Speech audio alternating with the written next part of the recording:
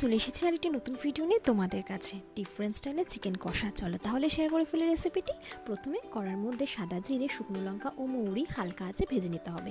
এরপর মাংসগুলোকে ভালো করে ম্যারিনেট করার জন্য আদা বাটা, রসুন বাটা, নুন, গোলমরিচ গুঁড়ো ও সামান্য পরিমাণ টমেটো বাটা দিয়ে ভালো করে ম্যারিনেট করে মেখে রাখতে হবে কিছুক্ষণের জন্য।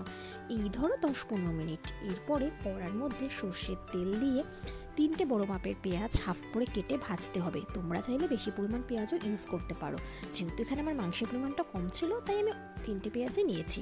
এরপর ওই পেঁয়াজের সাথে কাজু বাদামগুলো ভেজে নিতে হবে। কাজু বাদাম আর পেঁয়াজ একসাথে ভেজে তুলে রাখতে হবে পেস্ট করার জন্য। এরপরে ওই তেলের মধ্যে আমি মাংসগুলোকে হালকা আঁচে ভেজে নিয়েছি।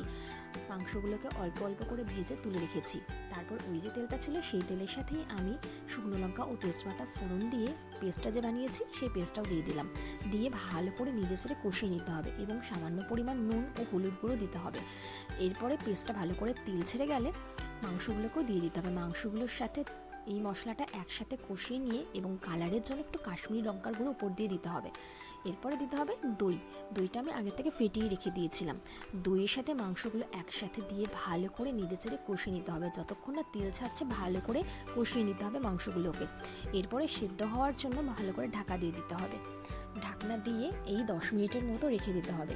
ঢাকনা তুলে দিয়ে এই যে আগে বানিয়ে রেখেছিলাম যে আমি মশলাটা, সেই মশলাটা উপর দিয়ে দিলাম ফ্লেভারের জন্য। ব্যাস আমার তৈরি চিকেন কষা। কেমন লাগলো তোমরা অবশ্যই কিন্তু জানিও। ততক্ষণ টাটা।